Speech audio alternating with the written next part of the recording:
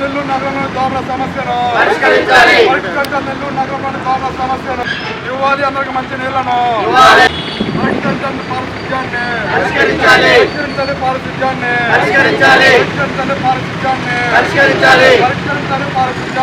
Traffic సమస్యను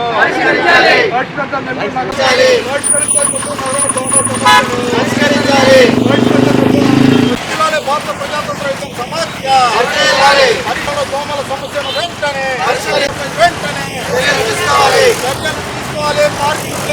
commissioner పైన అదేవిధంగా అధికారుల పైన ఉంది. తక్షణమే స్పందించి ఈ నగరాన్ని సుందరవనంగా చేయాలని చెప్పి DYFIగా డిమాండ్ చేస్తా ఉన్నాం. అదేవిధంగా రాబోయే కాలం అంతా కూడా పండగ సీజన్.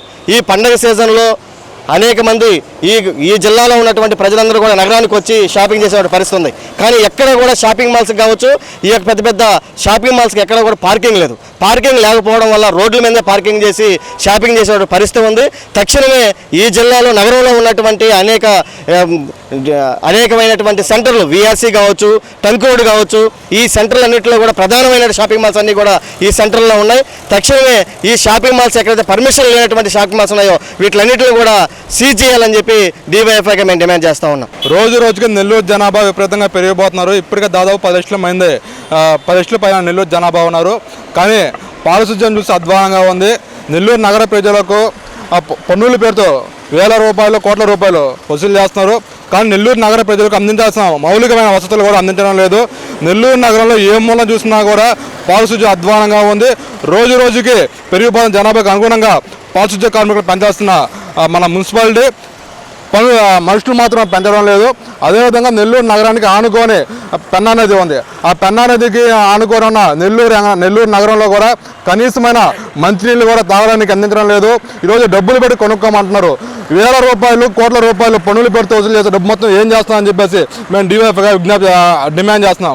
అదేవిధంగా ఈరోజు పొగతోటలు హాస్పిటల్ చూసుకుని విపరీతంగా ఆయన దోపిడీ చేస్తున్నారు. విష జ్వరాల నుంచి నగర ప్రజల్ని కాపాడాల్సిన బాధ్యత కార్పొరేషన్ పడింది. కానీ ఆ బాధ్యత నుంచి మరిచి ఈరోజు హాస్పిటల్ దోపిడీని విపరీతంగా చేస్తూ ఉన్నారు.